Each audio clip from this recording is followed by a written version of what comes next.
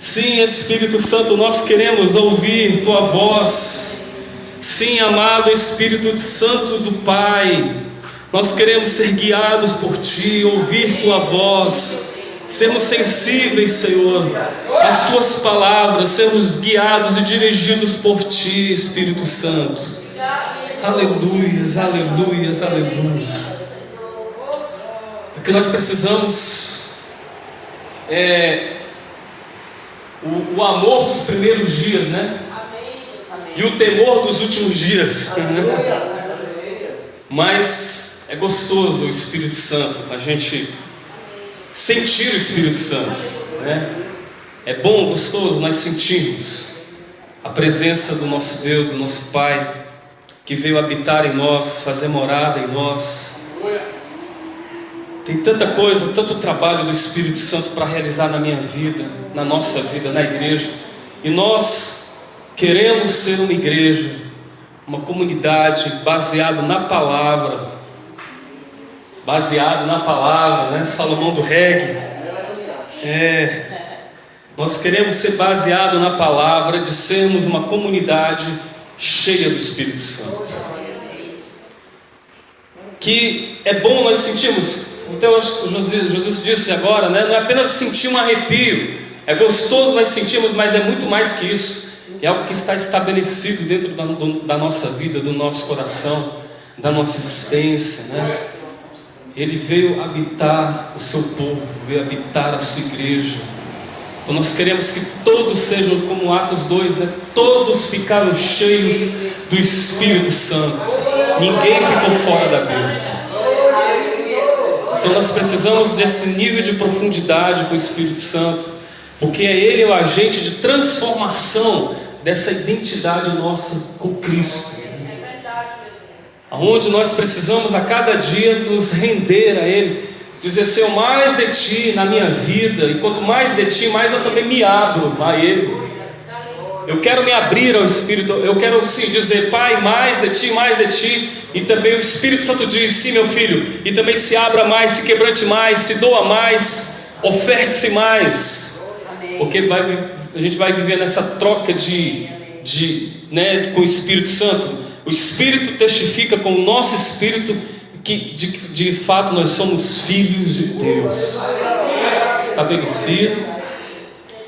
E o Pai, como foi ministrado uns dias atrás, é o agricultor, é aquele que ara a nossa vida, é aquele que está no processo de transformação, mas é uma transformação não passiva, onde eu não fico apenas dizendo: Pai, Tu és o agricultor, eu sei disso. Eu vou ficar apenas na passividade, dizendo: Deus, trabalha em mim, faz em mim, eu só estou aqui para receber. O Pai vai dizer, o Espírito vai dizer: não, transformai-vos pela renovação do vosso pensamento, sujeitai-vos a Deus, fugir das paixões, né, da carne. É uma atitude minha que eu tenho, e eu já tenho porque o Pai já está trabalhando em mim. Então eu sei que Ele está trabalhando, então eu posso agir a partir daquilo que Ele tem feito, né, e está fazendo na nossa vida, na igreja do Senhor. Amém? Glória a Deus. Estamos vivendo esses dias de carnaval, e aí nós vemos as consequências desses. São 4 dias, né? 4 dias de carnaval, né? E é um dos momentos mais difíceis que a nação está enfrentando, e que a igreja do Senhor enfrenta. É esse momento do carnaval. É um momento que a gente enfrenta uma oposição espiritual terrível, porque você olha o jornal, você olha a notícia, aí você vai, o que a gente vai ouvir? Do garoto atropelado, do carro que bateu, do acidente que dizimou tantas pessoas, de jovens que foram abusadas sexualmente, de doenças que se multiplicaram sexualmente transmissíveis, e de tantas vidas que estão morrendo aí sem Cristo. Esse é a consequência dessa festa, que é chamada de festa da nossa nação, da nação brasileira. E é um momento que a gente tristemente vê os índices, né, da maldade, né, graçando na nossa nação. E aí a gente vê que o carnaval é a época de quê? De colocar a máscara, de colocar a fantasia. Mas nós que conhecemos a Cristo e essa revelação já nos foi concedida, o carnaval não é a época de você colocar a máscara e a fantasia, é justamente o oposto. É justamente onde as máscaras caem. É onde não existe fantasia alguma para mascarar quem de fato o indivíduo é, porque agora ele vai cair na gandaia e vai mostrar quem ele é de fato. Aliás, eu vi até um banner, uma foto, de uma foto tirada assim do alto, daquela massa, né, pode colocar aí já 1 milhão, mais de 1 milhão de pessoas, enfim, e se for juntar, né, todas as cidades, todas as pessoas, enfim, aquela massa dançando naquele frenesi das músicas, né, daquela agitação, se fosse esse mesmo povo na rua, né, pedindo justiça, pedindo condições melhores para a nossa saúde, pedindo condições melhores para que a violência se arrefecesse na nossa nação, na nossa cidade, em nossos estados, gritando por saúde, por condições melhores, nós poderíamos ver alguma coisa boa ainda acontecer ainda. Mas não. Quem está olhando de fora vai dizer: este é o país em crise que vocês tanto falam. Este é o país em crise que vocês tanto estão dizendo aí que está insuportável viver. E numa época dessa, no lugar de a gente envergonhar esses que estão produzindo isso e dizer: ninguém vai para a rua, ninguém vai tirar a roupa, ninguém vai ficar nu, ninguém vai para festa nenhuma. Pelo contrário, haverá um grito, não de vingança, não de baderna, mas um grito de indignação contra esse poder corrupto e vigente, se erguendo e dizendo: olha, nós queremos algo justo, nós não queremos apenas nos contentar com pão e circo, nós queremos uma sociedade justa para os nossos filhos e para a gente mesmo. Uma esperançazinha poderia brotar ainda. É porque aonde as máscaras elas caem e as fantasias inexistem, e Jesus olha para mim e para você e para a igreja e diz: olha, não se contamine com isso, vocês não têm nada a ver com essa mentalidade alienada do reino, porque vocês têm uma identidade própria, a identidade de filhos, a identidade daqueles que foram salvos, remidos, justificados, comprados. E essa é a nossa identidade. Assim como nós temos a identidade comum que a gente carrega no bolso, para onde você vai viajar, tem que comprar uma passagem, a identidade é obrigatória, porque ali é a confirmação de quem de fato você é. Deve ser horrível você levar um baculejo aí, e o que o policial diz é documento, e o indivíduo não ter documento, não tem como provar nem quem ele é para a pessoa, por boca não se convence. Precisa da sua identidade. Ora, no reino de Deus, a igreja, nós temos uma identidade espiritual, onde eu sou alguém que tenho a minha qualificação, a minha identidade, a minha pessoa, eu sou conhecido diante do Senhor. Lembrando daquele sangue nos umbrais lá, da última praga de Deus, o anjo iria ceifar os primogênitos, e o sangue está nos umbrais de cada porta, de cada entrada dos hebreus. E quando a palavra diz assim, quem deu essa luz foi o Atmani, um livro muito bom, gostoso dele. Ele diz o seguinte, que Deus, vendo o sangue, ele passaria o anjo não consumiria os primogênitos, significando que ali seria a identidade, seria o símbolo, seria o sinal de que ali havia alguém pertencente a ele, a Deus. Estavam protegidos, guarnecidos por causa daquele sinal, por causa do sangue, independentemente até de quem estava lá dentro, De repente era um cara que precisaria consertar a vida dele ainda. Ele poderia estar numa situação pior do que os próprios egípcios. Mas independente disso, o sangue estava estabelecido. E Deus via o sangue na vida deles e Ele passava por sangue. É a nossa identidade, o sangue de Jesus na minha vida. É por isso que eu não fui consumido ainda. É porque na ira de Deus Ele vê o sangue do seu filho em mim e a morte passa de lado. Vem a justificação, não para fazer cafuné no meu pecado, não. A justificação, a graça que me justifica é a mesma graça que vai me levar a andar em santidade, a caminhar com Ele, a andar com Ele, a viver para Ele e não viver com máscaras. Nós lá em Atos 9, 5 e 15, não precisa abrir. Abre, pode abrir. Atos capítulo 9, versículo 5 e versículo 15. Atos 9. Quem está com a sua Bíblia quiser acompanhar na Bíblia, ok. Porém nós temos aqui o Data Show, que você também pode acompanhar aqui. Versículo 5 diz: Ele perguntou: Quem és tu, Senhor? E a resposta foi: Eu sou Jesus, a quem tu persegues. Aí, versículo 15 vai dizer o seguinte: Mas o Senhor lhe disse: Vai, porque este é para mim um instrumento escolhido para levar o meu nome perante os gentios e reis, bem como perante os filhos de Israel. Amém, amém. A história de Paulo é uma história que já tem muitos livros falando sobre Paulo, ótimos livros, sobre a transformação da identidade deste homem, que também não foi diferente da transformação da minha identidade e da sua também.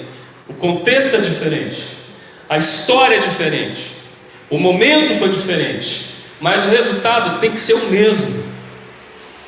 Ele era um caçador, era um Hitler da época, né? Hitler odiava judeus, perseguia judeus, ciganos, homossexuais, pessoas que, segundo ele, era de uma etnia baixíssima. Então ele tinha que estabelecer a etnia máxima, o povo, né, enfim, que ele queria que surgisse, que tinha que ser da linhagem alemã. E assim como ele, esse cara tinha esse espírito hitleriano. Ele tinha ódio dos judeus, dos cristãos, assim como dos judeus tinha Hitler. Até que a história todos nós conhecemos, que o Cristo Jesus vem falar com ele cara a cara. Vou trazer esse cara para um bate-papo, vou mostrar para ele quem de fato eu sou. E aí, quando ele escuta a voz e aquela luz que deixa ele impossibilitado de ver, ele fala: Quem és tu, Senhor? Quem és tu, Senhor? E ele diz: Eu sou Jesus a quem tu persegues. Uma identidade é formada em nós a partir de muitos encontros que nós temos na nossa vida. Identidades são formadas por muitos encontros, por muitas trocas, por muitos conluios que nós fazemos na nossa vida. Por exemplo, tem muita gente com uma identidade daquela que foi pregado daquele sentimento de orfandade, justamente porque no encontro, na troca, você ouviu muita coisa que você não deveria ouvir. Você não presta, você não serve, você não consegue, você é que nem fulano, você é que nem fulana, não vai dar certo, você vai ser igual. Então você vai ouvindo e também vai sentindo, porque às vezes você foi tocado, você foi abusado, você infelizmente foi envolvido em alguma coisa que te feriu, que te magoou, que te traumatizou. E são encontros desses que vão moldando muitas vezes a nossa identidade. Quem é esse que me atingiu, que eu me tornei a partir disso? Mas não se alongando tanto nisso, eu quero me ater no fato de que ele pergunta: Quem és tu que está falando comigo? E ele diz: Eu sou Jesus, a quem você está perseguindo. A minha identidade como filho de Deus só vai ter realmente relevância, só vai ter mesmo importância, só vai ter impacto na minha vida se eu tiver a honestidade de dizer para mim mesmo que eu me encontrei com este Jesus, Filho de Deus, Filho do Deus vivo, e que a partir disso a minha vida foi transformada. Aleluia, glória a Deus. Porque ele disse: eu sou Jesus. Você está perseguindo? Ou eu sou Jesus, esse que você está me negando todo dia. Eu sou Jesus, esse que é objeto do teu ódio. Eu sou Jesus, esse que você está me trocando todo dia por prazeres efêmeros. Enfim, a cada dia ele vai se revelando para mim e para você. Todo dia ele vai se revelando quem é para mim, para você. A partir disso, que depois a gente vai ouvir no versículo 15 que este é para mim um instrumento escolhido para levar o meu nome.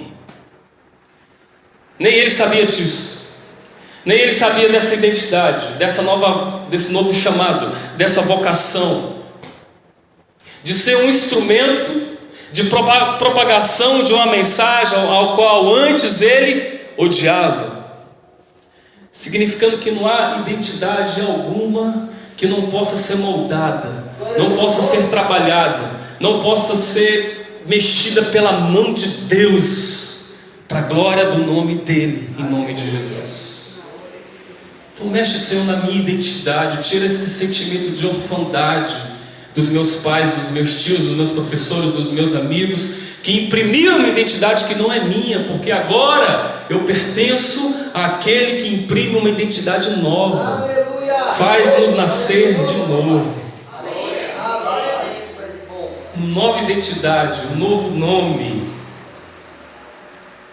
Então, a partir disso, eu conheço ele e eu sei quem eu sou. Paulo não sabia disso, e ele teve uma vida que foi essa vida que ajudou tanta igreja, fundou tantas igrejas, e a gente tem estudos sobre os escritos de Paulo, por causa dessa graça que o alcançou, e dessa graça que mudou a vida dele. E a identidade, uma das características da nossa identidade como cristãos, nós que já fomos alcançados por ele, nós já ouvimos a voz dele, respondemos sim a esse chamado.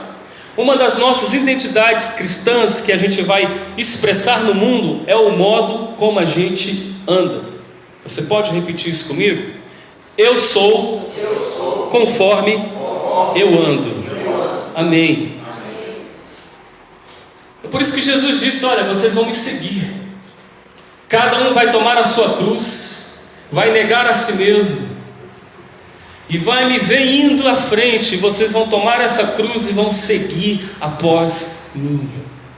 É um andar, é um caminhar. Andai no Espírito, né? É o que Paulo diz. Andai em amor, andando nos passos de Cristo. Então, olha só, Salmos, conhecido Salmos, capítulo 1, versículo 1 diz: bem-aventurado o homem que não anda no conselho dos ímpios, não se detém no caminho dos pecadores, nem se assenta na roda dos escarnecedores. Ele está dizendo assim que a minha identidade vai fazer com que eu escolha de fato as pessoas com quem eu vou andar, o meu proceder, o meu andar, porque a personalidade de uma pessoa é formada no ambiente em que vive e com as pessoas que convive. E ele está dizendo: olha, cuidado se você andar no conselho dos ímpios, cuidado para que você não se detenha no caminho dos pecadores e nem se assenta na roda dos escarnecedores. Cuidado para que você não possa ser influenciado por isso, porque uma marca da identidade saudável do Filho de Deus é o modo como ele anda. Agora presta atenção, a partir de Jesus, presta atenção, aqui está dizendo: olha, bem-aventurado o homem que não anda no conselho dos ímpios, mas não se detém no caminho dos pecadores e nem se assenta na roda dos escarnecedores. Mas em Jesus eu vejo exatamente que ele estava à roda dos escarnecedores e ele se detinha no caminho de pecadores. O intento de Jesus não era compactuar, não era ser cúmplice, ele de fato não era glutão e bebedor de vinho, conforme a acusação dos religiosos, porque qual era a angústia religiosa doente deles? Era que ele está com pecadores, ele come com pecadores, ele se assenta na roda dos escarnecedores. Como esse aí pode se dizer filho de Deus? É glutão, é bebedor de vinho. Deus tem que tratar esse povo, porque ele manda João Batista, que era o cara mais regrado, era do deserto, não gostava de ambientes movimentados, ele só estava ali batizando, tinha uma alimentação também diferenciada. E aí os religiosos olham para João Batista e dizem: não gostamos desse. Aí vem Jesus, que é totalmente do povo, que está centralizado, ele está ali, está em casa, está no templo, está na sinagoga, está ali, conversa, bate papo. Aí Jesus também diz: não gostamos desse. São chatos, né? Aí o que Jesus, ele vive no meio deles, mas ele vive para propagar, ele vive porque eu posso pegar esse versículo aqui e me transformar num chato, e não conviver com mais ninguém, não vou andar com mais ninguém que seja... Mas é claro que eu não vou deixar de andar com meu irmão que pode ser de uma outra religião. Eu não vou deixar de conversar com meu amigo na sala de aula que ele tem palavras torpes.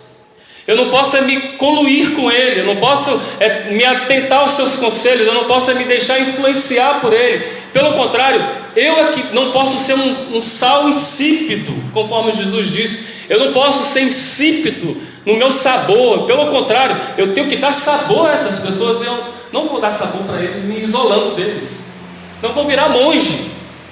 Eu tenho que me esconder em algum buraco aí e virar monge. Mas a ideia é essa: eu tenho que ser conforme o Espírito de Jesus, que era aquele que andava. Então, conforme ele andou, eu quero andar também. Então, se a personalidade de uma pessoa é formada também pelo convívio com as pessoas, pelo meio em que ele vive, imagine se eu conviver com gente séria de Deus, que quer me ver crescendo em Deus, que quer imprimir identidade de filho em mim, que não está interessado nos teus bens, mas no teu bem, para a glória do nome do Senhor. Amém, aleluia. 1 Coríntios 15:33 diz: não vos enganeis, as más conversações corrompem os bons costumes.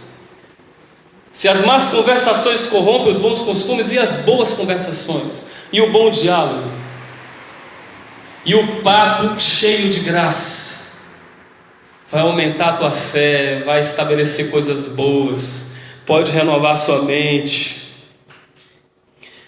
1 João, capítulo 2, versículo 6.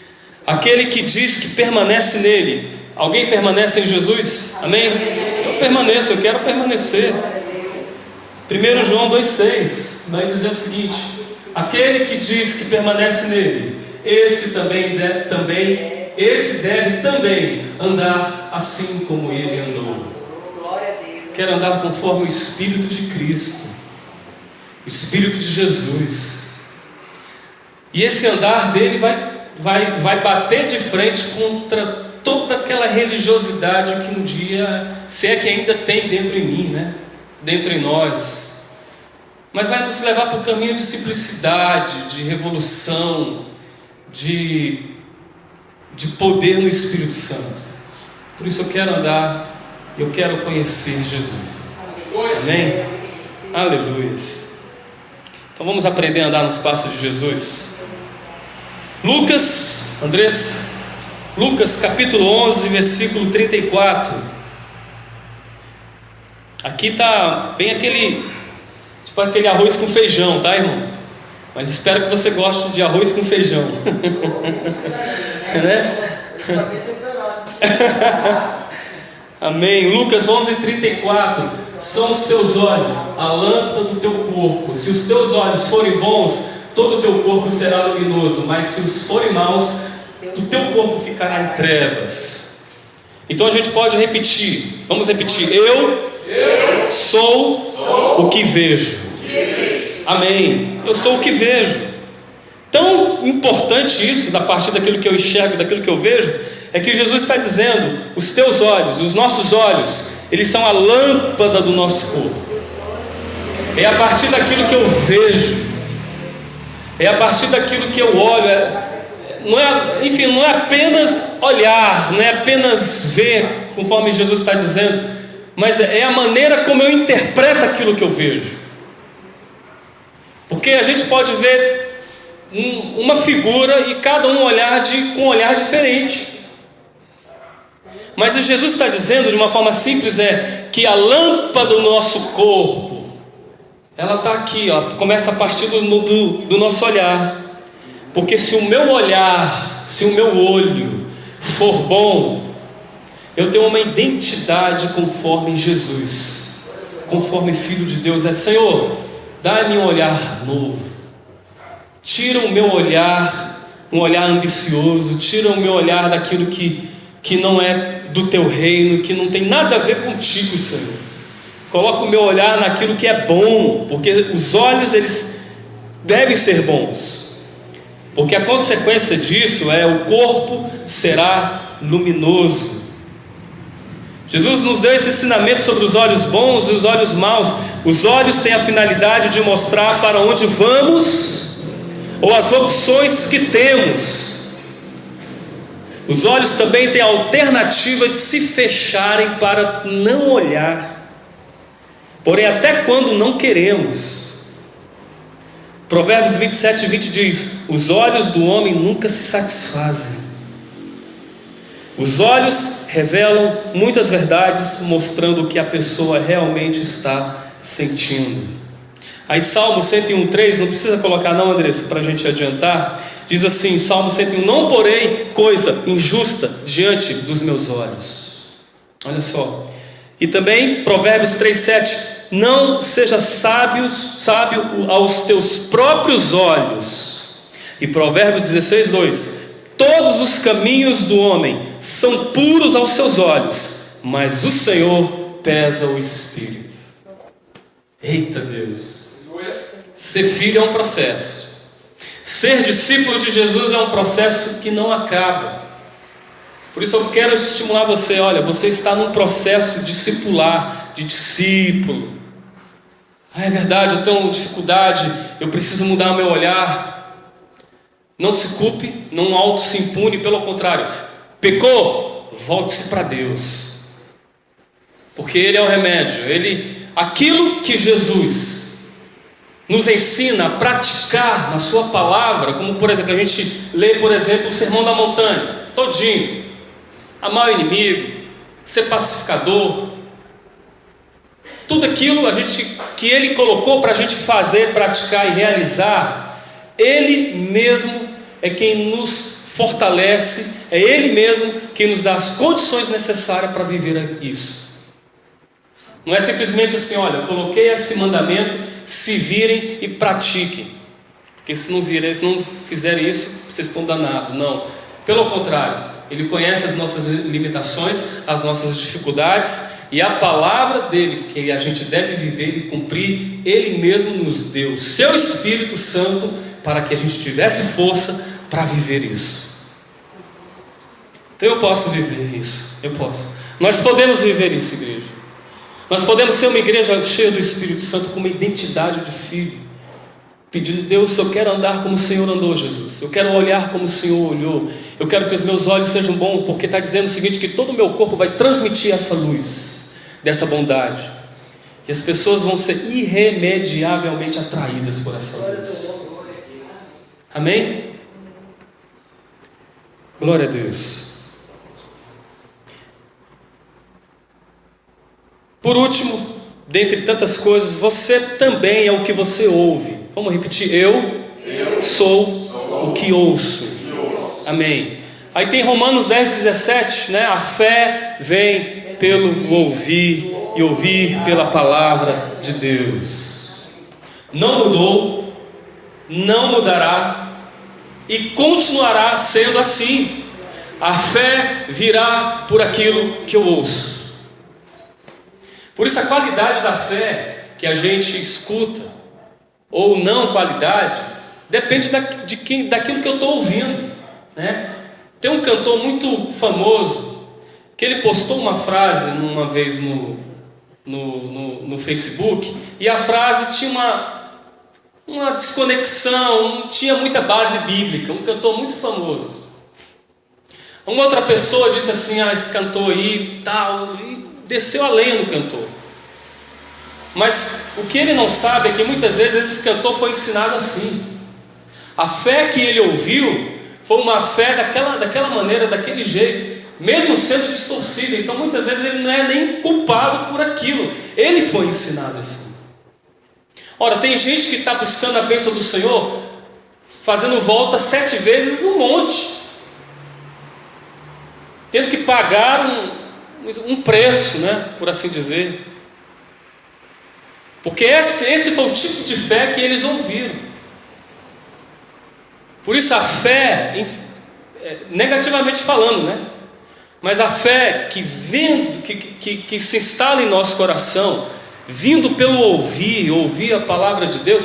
Se você escuta então essa palavra equilibrada, com graça, com verdade, com unção do Espírito Santo, correta, baseada na palavra, a fé que você vai praticar, com certeza vai ser uma fé poderosa em Deus.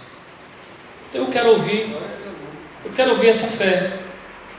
Eu não quero ouvir todo tipo de fé, porque é perigoso. Eu não quero saber exatamente o que o outro está falando para aprender aquilo, mas eu tenho que aprender aqui. Não significando que Deus não tem homens certos lá fora, tá bom? Pastores certos aí que estão pregando Cristo mesmo, uma mensagem cristocêntrica. Mas eu vou dizer para vocês, entre 10, eu acho que 2, 3 aí no meio que se salvam, porque o resto já se vendeu. Vem para cá que você vai ficar rico, vem para cá para você trocar de carro, vem para cá para você mudar de vida. E aqui você já aprendeu, quem já nos acompanha sabe que Deus nos abençoa mesmo. Glória a Deus. Abençoa materialmente, Ele pode fazer isso. Mas além disso, muito além disso, nós estamos preocupados com outro tipo de prosperidade, que é espiritual. Porque quando eu sou, é que eu passo a ter, né? Ser é mais importante que ter. Se eu tenho e não sou é tragédia, mas sabe de uma coisa? Se eu sou, eu vou ter, para a glória do nome de Deus. Amém. Então apenas tentando explicar aí, sem criar muita confusão na cabeça dos irmãos. Então, o que ouvimos também, o que a gente ouve, influencia os traços de nossa personalidade, de nossa identidade. Muitas pessoas vivem hoje uma vida que ouviu, né? Aquilo que eu disse, ouviu alguém dizendo o que ele seria, né? Um incentivo. Provérbios 19:20 diz: ouve o conselho e recebe a instrução, para que sejas sábios nos teus dias por vir. E Jesus ensinou no Evangelho de João 8:47: quem é de Deus, ouve as palavras de Deus. Por isso não me dais ouvidos, porque não sois de Deus. Então precisamos ouvir a palavra e praticar, para que nossa vida não desmorone nas tempestades. Amém? Vamos parar por aqui. Eu acredito que o Espírito Santo já supriu o nosso espírito com a sua palavra. Vamos ficar em pé em nome de Jesus? Primeira coisa, orarmos por essa identidade. Vamos orar. Pai, obrigado, Espírito Santo de Deus, porque o Senhor criou em nós e tem criado em nós essa identidade que nós estamos procurando.